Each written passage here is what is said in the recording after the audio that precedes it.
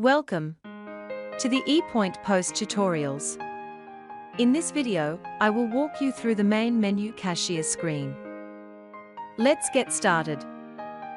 Every time before access to Epoint software you're required to do a login so systems knows what level you are logging in as a normal staff, cashier, supervisor, manager, IT administrator, or even an individual configurable access rights.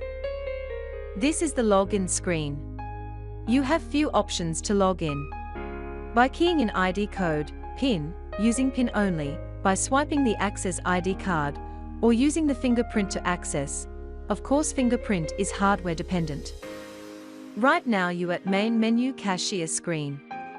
Main menu is the place where your daily operation required to open the business date, access to cash register to place order, end of day process to do closing for the day in POS system.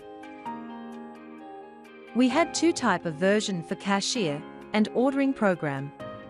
That is standard version and theme version. I am going to use the theme version for this tutorial. This is date and time on your computer. Business date, where all our report is referring to this business shift code. Cashier name capture once you are logged in.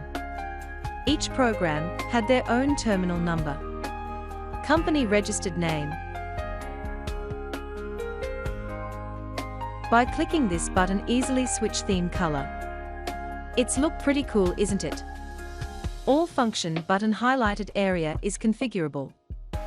Just simply right-click on specific mouse pointed highlight area, and systems will have a small window called Button Mapping Utility prompt for view selection. I choose New, Edit Selection on existing button for explanation. This is Button Mapping Utility screen. The only option is available is the Function button. Function data is our pre-built function ready for use. Normally, Epoint engineer will pre-designed based on your business requirement. You may had your own display text. Semicolon is for line break. Add in picture. You may adjust the button height and width size.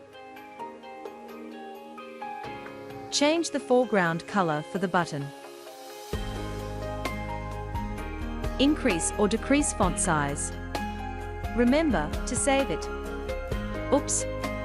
Is overlapping with others button. Don't worry. I guide you how to fix the situation. Just right-click on button you just created. Select Copy and Erase function. Look for suitable area to suit your button. Right-click, choose the Paste function. Simple, isn't it? That's it for this video. Stay tuned to our next tutorial. Thanks for watching.